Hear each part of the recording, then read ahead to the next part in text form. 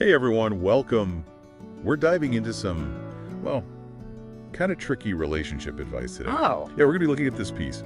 7 signs in women that show you should leave them. And, before anyone jumps down my throat, right. we're all about different perspectives here. This isn't about pointing fingers. It's more like, how can we all learn something? Yeah. Spot those little red flags, maybe save ourselves some heartache down the line. Yeah, it's like learning a new language almost. Once you know what to look for, you can actually start to see those early warning signs a mile away. A mile away, exactly.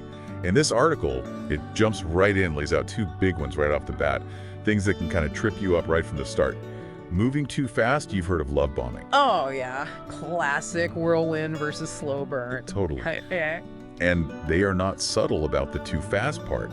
They even say, if she's dropping the L word after the second or third date, that's probably not a good sign. Makes you think, how much is too much too soon? That is the question, isn't it? Because early on, those feelings are intense, they feel real. So how do you tell if it's, actually real or someone's trying to speed things up? Bypass the whole getting to know you thing, which sometimes, let's be honest, what love bombing is manipulation. And even if it's not intentionally manipulative, the article was saying that intensity, it could be a sign of obsession.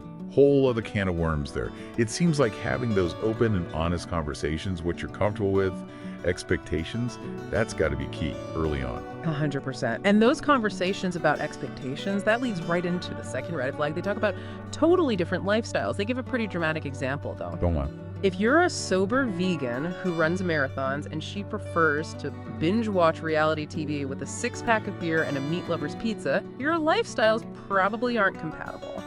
Bit much, maybe. Okay, a tad dramatic. But point taken, right?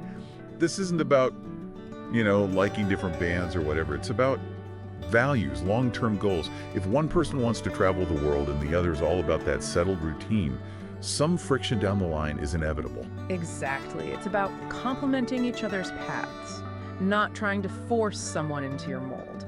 Shared values, future goals, those matter, especially long term. So true. We've all seen those couples where they're trying to force it, and it doesn't usually end well. But then it's like, how do you even have those conversations early on without feeling like you're interviewing each other for marriage? How much should we really be thinking long term when we're just starting to date? You know what? That is a great question. And it's something we can definitely unpack a bit more. It's kind of like you were saying, feeling like an interview, right? And sometimes when someone's always going to paint themselves as the victim, all their exes were crazy this or abusive that. Oh, I see where you're going with this. Yeah, it's like, okay, we all have baggage, but at some point, don't you have to unpack some of it? And that's the red flag the article brings up. If someone's always the victim, never taking responsibility. Yeah, but what about those times when someone was actually in a bad situation?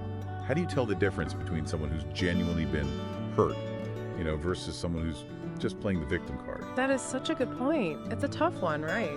It's not about dismissing anyone's experience, but it's about looking for that balance. Like one thing I always think about, it's less about the stories themselves and more how they tell them. Can they own their part in things, even a little?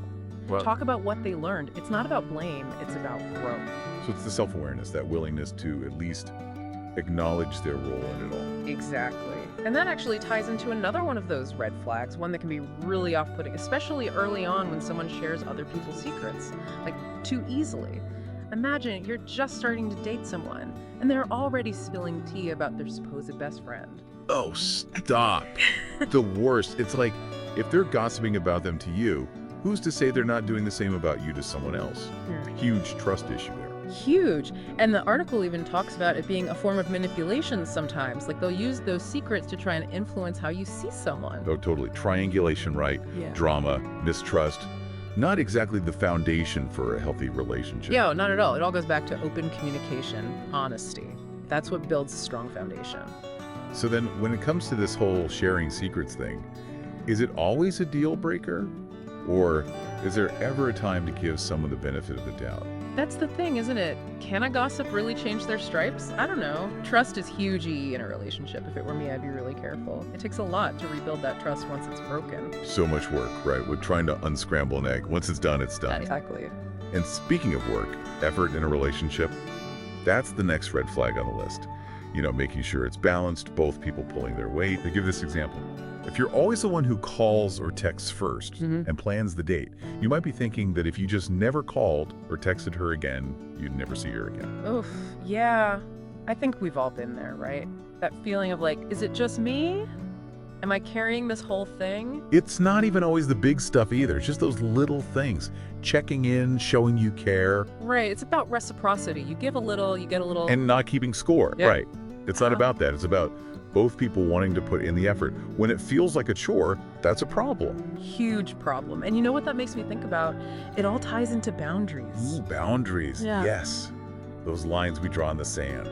So important. So important. Whether it's physical, emotional, needing some space, everyone's got them. And it's about respecting those boundaries, even the little ones. Like the article talks about those times when you're trying to say, hey, this is important to me, and the other person's like, oh, lighten up, it's not a big deal. Ugh, the worst. It's those little digs that really wear you down over time. Exactly. Which is why it's so important to be upfront about those boundaries from the get-go. Communication is key, right? Totally. And speaking of boundaries, this last red flag, it's kind of related. The whole monopolizing your time thing. Oh, yeah. Article even suggests, like a little test. See how your partner reacts when you need some alone time. If they freak out, maybe a red flag there. Right. A healthy relationship, there's room for both. Togetherness and individuality. Distance makes the heart grow fonder, or whatever the saying is. It's true. That little bit of space, it can actually make the relationship stronger. This has been such a fascinating conversation. You wouldn't think these little things, these red flags, could tell you so much. You'd be surprised. But that's why we're here, right? Spreading the knowledge, helping people navigate this wild world of relationships. Exactly. And, just a final thought for everyone listening.